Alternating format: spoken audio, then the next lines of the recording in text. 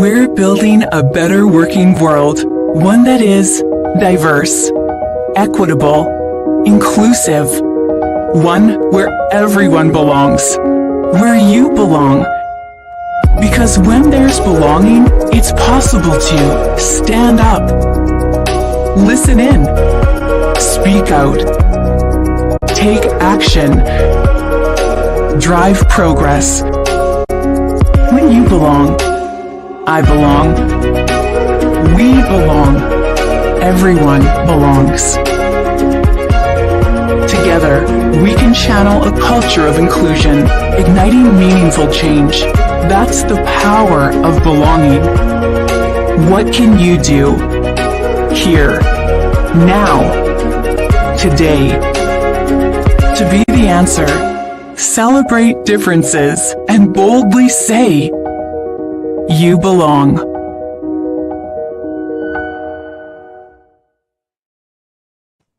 Hello, everybody joining. I'm Lisa Wisner, and I am your host today of this amazing show that we are just kicking off called The Power of Belonging. This show is brought to you by the amazing Optimized Diversity, Equity, and Inclusion community. And this is a show all about spotlighting our agents of change, people who are bringing more connection, bringing more inclusion into our lives, leading to more belonging. And this show is all about the stories behind our nominated belonging optimizers and the mission that they are on. Today for our show, we are so excited to be celebrating Women's History Month with the team from Allen and Unger, literally diving into the heart of empowerment with women at work. We are going to be going on a journey of belonging in this dynamic conversation with these women who are making moves when it comes to all the things that have to do with defining moments of belonging for women today and in our workforce. With that, so excited, y'all. Thank you, Alan, and we also have Shauna Unger. How are y'all doing today? Welcome to the show. Hi, Lisa. Always good to see you. Good to see you. Yes, nice to see y'all. Gosh, I almost feel like the fans of the show, some of y'all who know who we are at the Optimized DEI community, you know who these people are. And so it is just an incredible privilege. It is an honor to shine a spotlight on you in this Women's History Month. And so April, just very briefly, for people who don't know who you are, y'all need to go find April Allen on LinkedIn. April Allen is one of the co-founders and partner at Allen and Unger Consulting. April Allen is truly a powerhouse, a distinguished diversity, equity, and inclusion leader, a consultant with a notable background in developing strategies across various sectors. We're going from healthcare to technology, and April's also an adjunct professor, television producer. I mean, I can go on and on and on, and I would be remiss if I did not mention that April holds a Juris Doctorate degree and a Master of Public Administration's degree. April is also a best-selling author, yes, of children's books that are all about promoting racial and ethnic diversity. Welcome, April. So excited that you're here. Thank you for having me. I feel tired just hearing that. I'm like, I'm tired. We need to give her the... That's the summary, okay? That's the summary. That's the ChatGPT. Can I say this in less words? Because literally this person is ruling the world, okay? And you know what? Your teammate over here, Shauna Unger, oh my gosh. I think it's even double the bio here because April, you have a teammate who just from the bio alone, through the resume, you're like, wow, I definitely want to know who this is. So Shauna, it is such an honor. It's a pleasure to know you. Shauna is a co-founder and partner of Allen and Unger Consulting. And Shauna is a seasoned HR executive with over 20 years of expertise in not only talent development, but also leadership across various sectors, including technology and healthcare. And in these roles, she significantly influenced workforce strategy, leadership coaching. Her experience really spans employee and labor relations. I mean, these are the things that when I think about HR and I think about all the things that I do with HR, I'm always like, is there someone for that? Is there someone for the employee relations and the labor stuff? Because I want to be over here with the fun stuff, right? The L&D, the DEI, So Shauna, you are definitely doing the heavy lift there in terms of supporting workforces and advancing the work that they're doing. Really thinking about a collaborative approaches through mediation. I know you do interest-based bargaining, so many amazing things. Shauna holds a degree in organizational communication and a master's from Trinity Western University. Shauna is a certified SHRM equity and inclusion workplace practitioner. I can go on and on and on. Shauna loves outdoor activities. I love outdoor activities too. I think that shows a lot about your bios, y'all. Supporting Seattle sports teams in your leisure time. So we're so excited to have you here, Shauna. So everyone in the chat, wherever you are joining from, please extend a warm welcome to our guest today as we get ready to celebrate Women's History Month with Allen and Unger Consulting. So we're going to go ahead and get started with the first question, which is really, centered on this conversation we wanted to have, which was celebrating y'all as, bringing more belonging for women at work. So how can you have more opportunities for women to, feel like they belong in the workplace? There's so many questions centered around that one question. How do you create belonging with women in the workforce? Maybe we can start there. I think, that is such a great foundational question. And April and I talk a lot about like a Maslow's hierarchy approach. And so one of the things when it comes to belonging is a sense of, are women's basic needs being met? And by that, I really mean, like, what is the organization offering from an infrastructure, from a benefits perspective? And April and I love research. She's a professor and I'm a lifelong learner. And so we were fascinated by McKinsey, national consulting organization, does an incredible amount of research. And in their fall report on women, which they do annually, they noted this real shift of, a focus that women don't need so much of the programs, but just the job features. In fact, it was, again, that Maslow's hierarchy of even the prioritization of flexible work schedules, remote work over parental leave, which has been a perennial priority for women, even women like myself who don't have children, but just see the need for that. So seeing a real shift for women wanting a company that has an embedded culture, not just programs around talk and, a sense of belonging, but do you have features within the job that can meet my needs? And as much as the world has changed, evolved, we certainly see men involved in childcare. We see families looking much differently than they did 50 years ago, which is great. And yet at the same time, we do see women within households still making up a predominant of the workforce, and women having to attend to some of those needs. And so one of the things that we start out with is, if you're going to talk about belonging with women, do you have a sense of what some of those core foundational job feature, job benefit needs are? One of which for women can be remote or flexible work. Again, April. No, that's perfect, right? Flexible work schedule is paramount. That's one of the things that research has shown across different research organizations that's doing this research, right? Right now, they are calling post-COVID the great breakup for women. Because women have left. It sounds so dramatic, right? It sounds like it should be. It sounds like this is, back in the day, the Facebook status, no, single. The great breakup.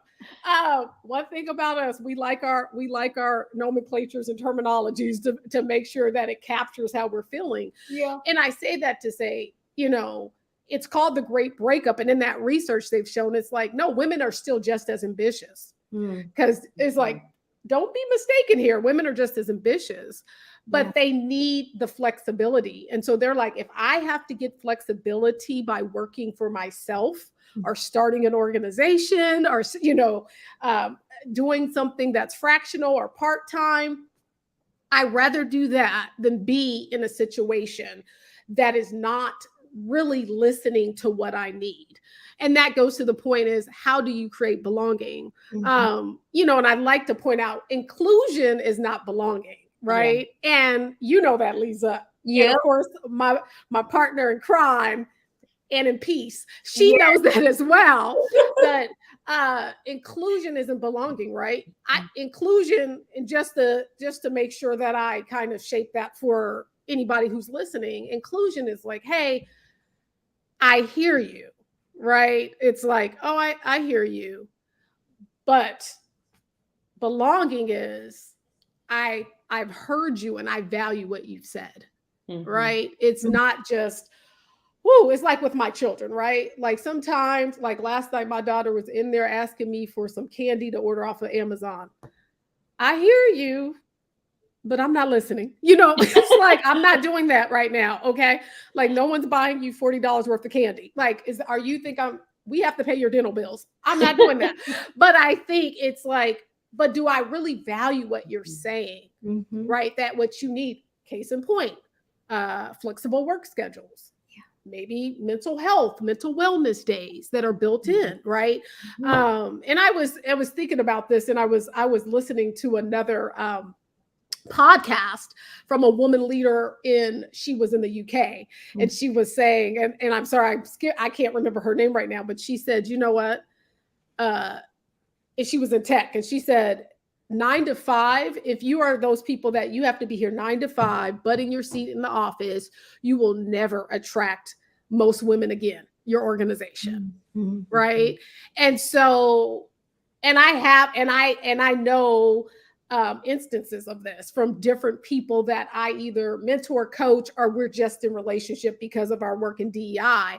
The organizations that have said, you have to come back and we don't care, they have lost and are losing and will continue to lose qualified women that are an asset to the organization.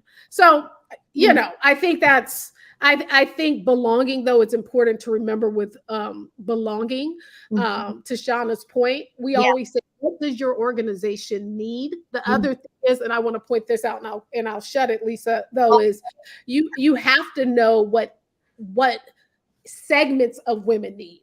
So if you look at certain research, I think one research I just saw, one report I saw said 36% of Black women, so if we're looking at, and we start segmenting that out, do not feel, have quit their jobs because they don't feel psychologically safe. Wow. That's a high number, you know? And so it's like, okay, clearly, and part of what that research showed is to feel psychologically safe, I need to be listened to. I need to be heard and not be told I'm crazy, or that doesn't matter, or that microaggression didn't matter. And to actually feel that I'm safe here. So I think those are some of the things you need to create belonging. Yeah. You know, everything that you said, April, is perfectly in line with what Shauna said, which is, when we think about the experience of the woman, there's just so many layers and there's so many things. I think, Shauna, you kind of like, you were breaking them down, you know, you're like flexibility, you know, and all the things, you know. And then, so one of the things I was just thinking through was there's this organization called Alight. And there's some research that's been done in regards to diversity, equity, and inclusion, you know, specifically regarding women, right? And so the respondents from this survey actually pointed out that, you know, the sense of belonging, the feeling of the sense of belonging is really centered on these 5 things, okay? And these 5 things, actually, they remind me of the study. I don't know, for those of y'all who may know, Google did this project called Project Aristotle, right? And they were just trying to figure out, how can team members be, you know, how can we be more successful? How can we get more of our projects across the finish line, right? And so these 5 things that Alight found were their employers really needed to have this way of, 1, they wanted to be seen, so see me. 2 was know me. 3 was support me. 4 was protect me. And 5 was value me. So based off of this research, you know, what we're seeing here is like, you know, every single one of these 5 is an action, right? It's a program. It's a thing you have to do, right? It's a different thing you have to do. But the highest ranked one was value. value me, and protect me was second. So value me and protect me. So I want to ask you, what are some tangible ways that organizations, workplaces, communities, I mean, when you brought your family in, I was like, families, right? How can they show that they value women? And what are some ways that organizations, companies all over the world, how can we show that we care and are protecting women, right? Valuing women and protecting them. I'll start quickly and I'll let Shauna, I'll pass the ball. But I think, when we think of value, right? I mean, first of all, we all need to be valued. That's the that's the reality. Wherever you're at, if you feel valued, it's easier. It's the first step, or one of the major foundational steps, to feel a sense of belonging. It's like, okay, you are recognizing my efforts. So one of the first things you can do as an organization, and what that looks like, is actually having recognition programs, or formally recognizing, having in your performance management plans, or performance management plans, are you recognizing your employees, and making that a formalized thing we celebrate. Like, it's something that we celebrate, and we want our managers, we want our people leaders to celebrate other people and their contributions to the work that's getting out. So many times people are overlooked, and in particularly women, right? It's like, someone's going to run with the project. One study said that 25%, I think it was from BYU, Brigham Young University, did this study, and they said that when you are on a male-led team, or a male-dominant team, women speak 25% less. So what happens then? Their recognition also goes. They're not as recognized. It goes. Yeah. So I think that's, April, I'm like, you've got all these numbers that I've never heard before. Well, girl, I'm going to research. That's one thing April's going to do, because she likes her research. Because I don't like saying things, and I'm just, because they're anecdotal. I love anecdotes. I come from, I like to say, a storytelling people. So I need illustrations and stories, but I'm also like, now let's paint the picture.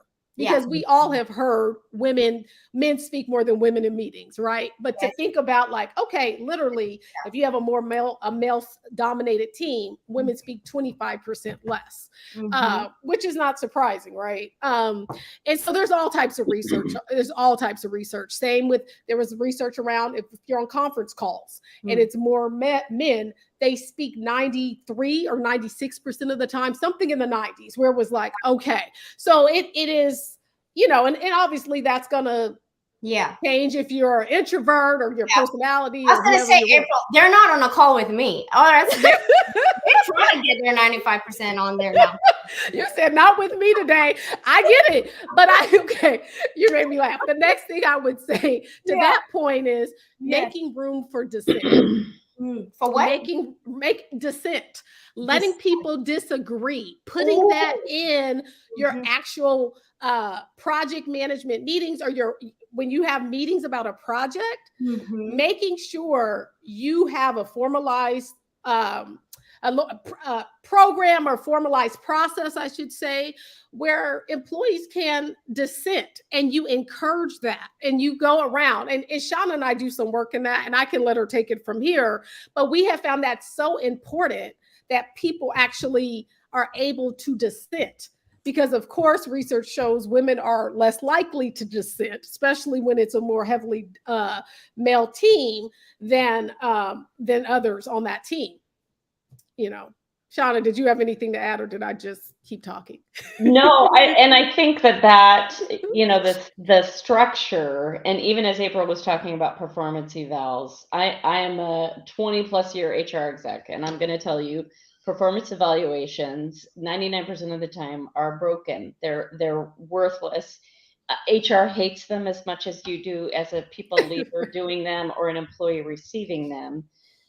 Because so much of what they're measuring is really subjective and can get itself into bias. And so April and I talk a lot about the fact that, define professionalism, define even leadership, define these things, that performance evaluations are based on. And when we do training, when we do research, we know that the models of professionalism that pop into many people's mind are this archetypal professional definition that came out of World War II, white, predominantly male GIs that were entering the workforce. And so even the best, most learned, trying their hardest leader is assessing based oftentimes on an unconscious and broken rubric that's saying, April's great. I don't know if she has leadership potential.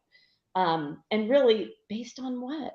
So making sure, back to your question, really making sure, have we defined as an organization those things, and have we put measures in place that not just women, but folks from different cultural backgrounds that have different manifestations of what they value, how they communicate, are bringing those forward and receiving the same weighting from a performance value system as, again, through no fault of their own, a more majority, racially or, male participant who's also working hard, but oftentimes has that advantage just of the historical templates. I really like a lot of the work too around structured sponsorship. So sponsorship, and again, April and I talk about that a lot, whether it is from individuals from different cultural, ethnic, racial backgrounds, but also for women, so that they have that opportunity to participate at different levels in the organization. And I loved McKinsey, as I mentioned their research earlier, they put that forward as well for women re-entering the workforce after an extended leave, after potentially their maternity leave, to re-engage them with the organization and help mitigate any sense of, oh yeah, I think she was out having a baby. Oh yeah, I think she was out caretaking for her parent, or again, these things that unconsciously can get into the zeitgeist of the organization and work to a disadvantage to women at all levels. So really appreciate some of those concrete steps to push against perpetual bias, or those things that lead to the inequity that women have experienced. I love hearing that. And so many things went through my mind while you were talking. I literally just watched James Brown series on Netflix, and the one song, and he goes, "This is a man's world." I was like, yeah, because all the rules, all the processes, like you can't have a career break, God forbid you have a baby and you're gone and you come back. And it's like, dude, do you know how hard it is to literally have a baby, raise the child, and then have to make decisions on facilitating the care of your child while you go back into the workforce? That's a whole literal CEO job. Okay. So when you're talking about people taking a career break, they did not take a career break. They upskilled and leveled up. They are ready to go even better than before. So I loved hearing that. And there was just so many other things going through my mind, Shauna, but for me, the number one thing was that study really was impactful to me. When I really read those words, right? People want to be seen. People want to be valued. People want to feel protected, right? And for me, the protection part is really about the things you mentioned, right? What is the organization doing to put things in place, put managers in place, put the right leaders in place who will give their employees that feeling of protection, of value, right? Because you can be great at your job, but if you don't value the humans and make them feel like they belong, right? So the next question we have here is, what do you see as the greatest shift for organizations? What shift do they need to make to better address these things we're talking about? Give us if anyone's listening right now and they're like, I can't do all those things. Well, what is the thing that they can do to make these things happen, to make the shift happen? Yeah, I will start, and then interested to hear what April has to say. But sometimes we overcomplicate this in that we get used to organizational structure. Our company always has, or our department always has an 8 a.m. Monday meeting. It sets the tone for the day. April uses in our training the organization that she was in, during COVID when kids were home. And again, that primarily felt to women, that was that 8 a.m. meeting was a barrier that didn't need to be there. The meeting genuinely didn't have to be at 8. And so, Lisa, sometimes to your question, there are big things. Paid parental leave, I can tell you as an HR executive, is something I'm passionate about, and it's expensive. I mean, it's big, and it's got to be negotiated with unions, and it's earth-shaking. There are cultural and organizational changes that are just traditions in your organization. I guarantee you.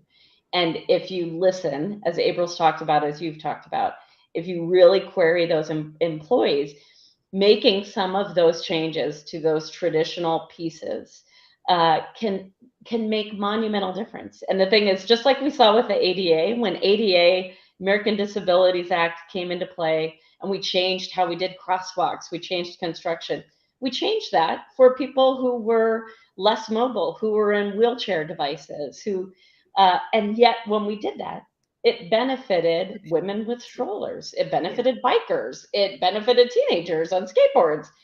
So making some of these changes, maybe with an eye towards women in your workforce, maybe with an eye towards, neurodivergence, will benefit more folks. I guarantee you there's probably a single Gen Z, male identifying person who's like, yeah, I don't like that Monday 8 a.m. meeting.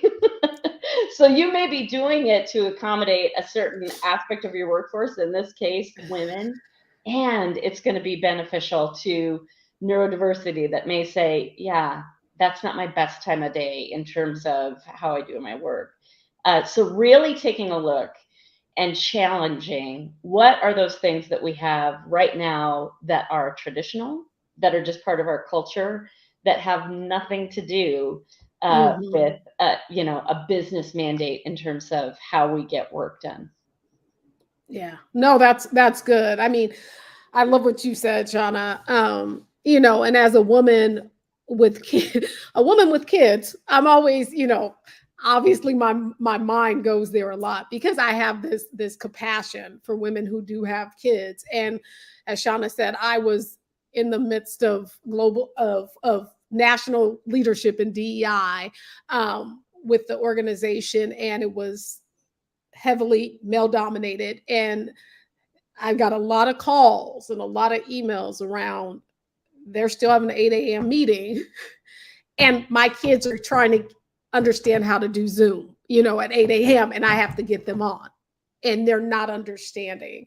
And so I can't say enough about a flexible work schedule. And sometimes it is not going to become from a company mandate. And to your point, Lisa, sometimes your company's not going to get on board at first, but can you get on board as the manager or the people leader? Can you be that manager or leader that's like, here, we're going to have some flexibility as long as you get your job done. And you can be consistent and we can count on that. Right. So that's huge. I mean, even 1 in 10 women, only 1 in 10 women said, yeah, I want to come back to work and have the 9 to 5 schedule. So that was women, whether you had kids or no kids, that was women, wherever demographic or as far as age you're in, it was like, I do not want to sit and work 5 days a week, 9 to 5 and have that expectation. So organizations really have to wrestle with that and come to terms with, it's a different time. It's a different generation. Things have changed. People have mental health issues like never before. Children have mental health issues like never before, whether that's ranging from anxiety to, depression and on, unfortunately. And so women need that support, right? So I think that's something that organizations have to be able to do. That's part of Protect Me, mental health care and mental health care coverage for families, right? And extending that and not being greedy with it. Like, we can't do that. That's something that is that shows you care, you're protecting them, and that allows them to continue to work for you and do their job. I think, we have a lot of reproductive issues right now, right? And I won't get too controversial, but your organizations are going to have to consider they should consider. They don't have to do anything, I guess, but support around some of those issues around reproductive health for women. And that's going to look differently depending on where, you know, where geographically where you're at, and, you know, private, public, not for profit, you know, that's all gonna, but I think that is going to be hugely important right now. Extended leave for parents, like I said, and caregivers, right? Gen X is what they call the sandwich generation. We're taking care of kids. We're taking care of aging parents. I'm definitely part of that group, and it's exhausting. It's exhausting, and so when you don't give that grace and that recognition of humanity, you're a human. I have to deal with life. You don't own me, company. Like, I am actually choosing by volition to be here, and if I'm not, when I get a chance to leave, I'm going to leave you because you didn't honor my humanity. So those are things I think, and, you know, sponsorship, like Shauna said, down to the person who's like, well, my organization is not where I want it to be. You can sponsor someone. You can put them in the room and go to bat for them and teach them the secret handshake, should we say, that they're not going to learn on their own, right? So those are some things I would really consider, and I think are important, vital. You're on mute, Lisa. I am on mute, which is the most amazing thing ever. No, silence. No, I just feel like some of the things you said that hit home for me were, even though like your organization may not have the processes in place to accommodate what you need done, right? This is a show all about, I'm just thinking like, we're all about agents of change here. Like, what are you going to do? Not what is your organization going to do, what are you going to do, right?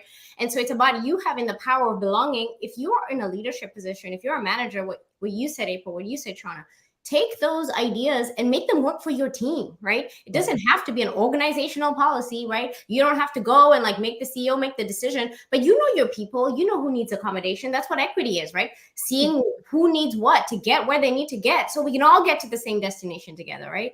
Yeah. So absolutely love hearing this. I mean, in celebration of Women's History Month, I am so excited to be here with y'all, powerful women.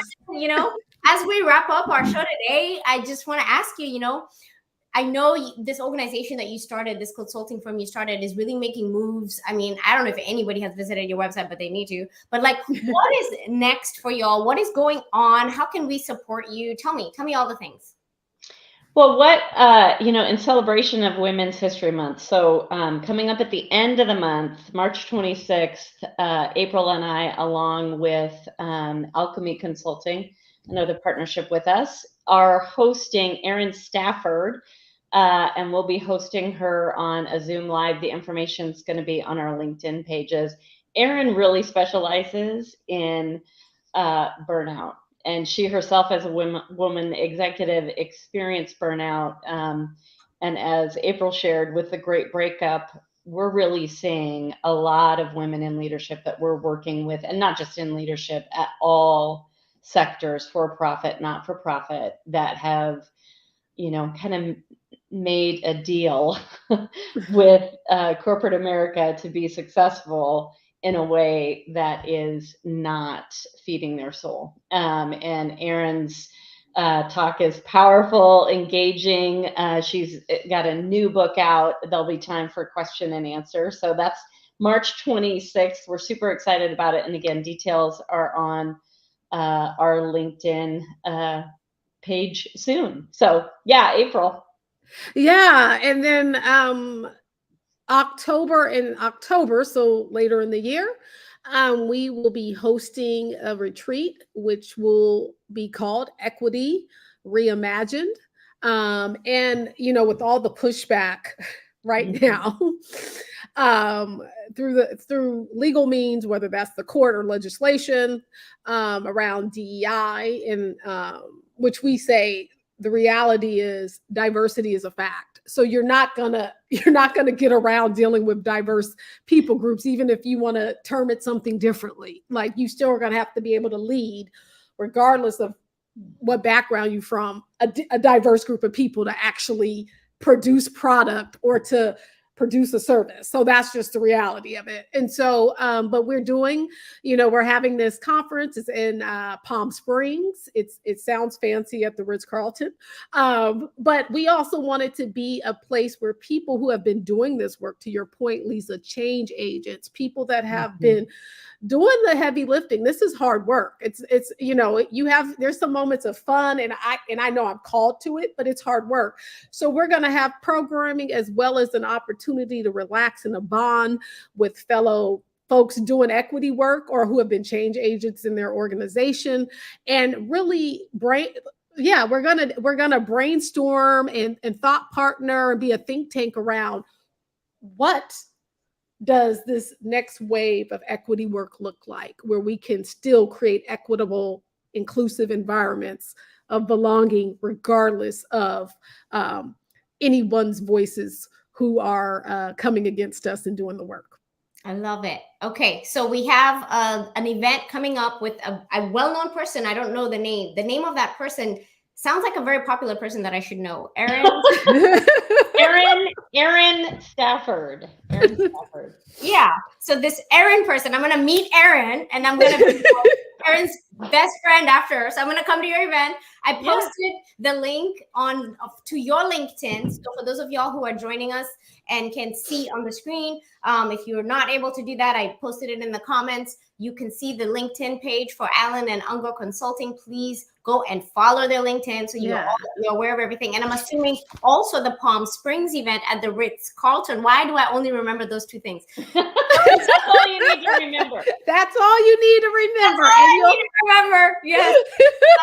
And all that information on their LinkedIn page. We will see you there. Y'all, this has been so amazing. We have just entered into Women's History Month. This is really a month all about not only celebrating, but acknowledging and really shedding a spotlight on all the amazing work that has been done to lay the foundation of where we are at today, right? Some powerful women came along and did this amazing work for us.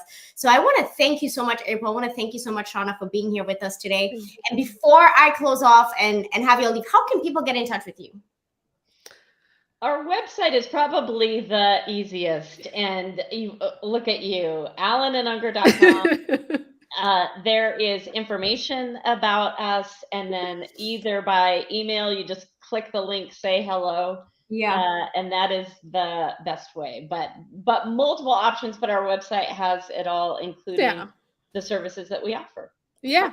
And we're on Instagram, Alan Unger, and obviously LinkedIn. So we are there, and we would love to work with you if you need any of our services. Yes, I think the world needs your services. All communities. If there's a place where there's 2 or more people, they need your services. Amen. Yes. Amen. Thank you all so much. I appreciate you for coming on the show. Thank you. Thank you, Lisa. It's always a pleasure.